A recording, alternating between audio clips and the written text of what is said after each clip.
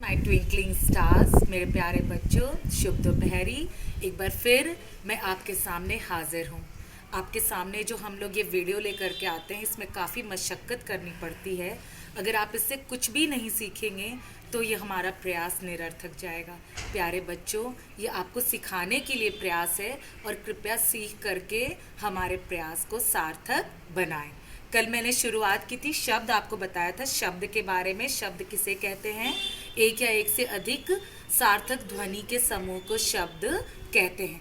कल हमने शब्दों के भेद पर विचार करना आरंभ किया था।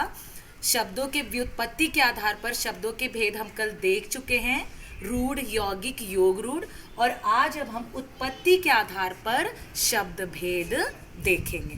ठीक है, उत्पत्ति के आधार पर शब्द के 4 भेद होते हैं: तत्सम, तद्भव, देशज, विदेशज।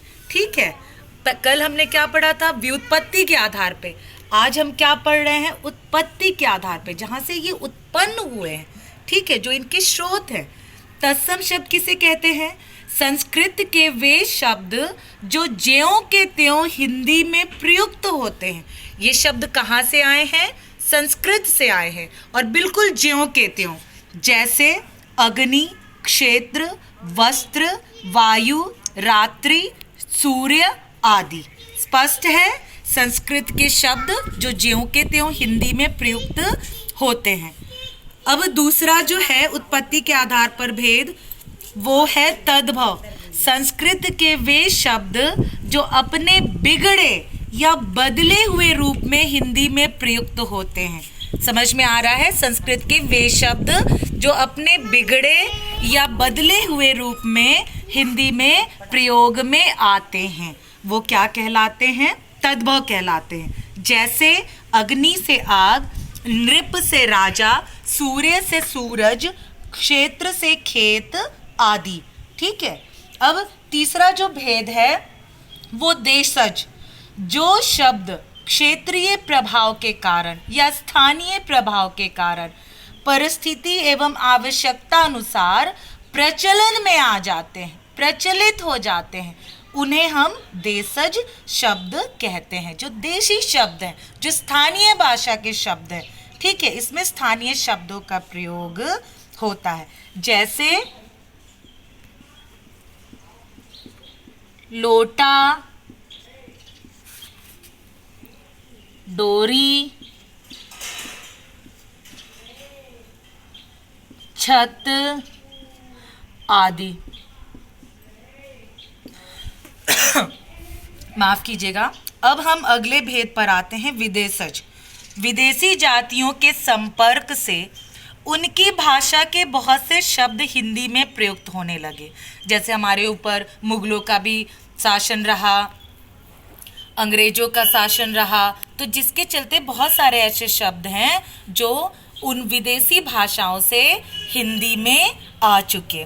ऐसे शब्दों को विदेशी या विदेशज शब्द कहते हैं। जैसे स्कूल, डॉक्टर, कैंची, बोतल, फोटो, पुलिस आदि। अब हम इसको अलग अलग तरीके से देखेंगे। आमतौर पे हम बहुत सारे शब्दों का प्रयोग करते हैं, लेकिन हमें ये पता नहीं। एक बार फिर से मैं बताऊंगी कि हम बहुत सारे शब्दों का जो प्रयोग धड़ल्ले से करते हैं, लेकिन हमें ये पता ही नहीं होता कि ये अरबी फारसी के शब्द हैं, हिंदी के शब्द हैं, अंग्रेजी के शब्द हैं, पुर्तगाली के शब्द हैं। ठीक है, तो आज मैंने प्रयास किया है कुछ शब्दों को जो जहाँ से आए हैं उनको बताने का, जो विदेशी शब्द है, जो विदेशज शब्द है। ठीक है, ताकि आपको भी पता चल सके। जैसे अंग्रेजी से शब्द हैं college, pencil, radio, telephone, ticket, machine, cycle, बोतल, फोटो, स्टेशन, सिगरेट आदि। ठीक है, अब यहाँ फारसी भाषा के शब्द हैं अनार, चश्मा, दुकान, दरबार, बर्फ, रुमाल, गंदगी, चापलूसी, नमक, नमूना आदि। अरबी भाषा के शब्द हैं औलाद, अमीर, कत्ल, कलम, कानून, खत, औरत, कैदी, मालिक, गरीब आदि। तुर्की भाषा के शब्द हैं कैंची, चाकू, तोप, बारूद, लाश, दारोगा, बहादुर आदि। पुर्तगाली भाषा के शब्द हैं अचार, आल्पीन, कारतूस, गमला, चाबी, कॉफी, फीता, कमीज आदि। चीनी भाषा के कुछ एक शब्द हैं तूफान, लीची, चाय, पटाखा। चाय हम इतना इस्तेमाल करते हैं लेकिन शायद ही कुछ लोगों को पता होगा कि ये चीनी भाषा का शब्द है। इसके बाद हम जापानी, जो रिक्शा धड़ल्ले से यूज़ करते हैं, जापानी भाषा का शब्द है। डच, जो हम बम दिवाली के आमतौर पर फोड़ते हैं, वो डच भाषा का शब्द है, लेकिन हमें पर्यावरण प्रदूषण के लिए पटाखों का इस्तेमाल नहीं करना चाहिए।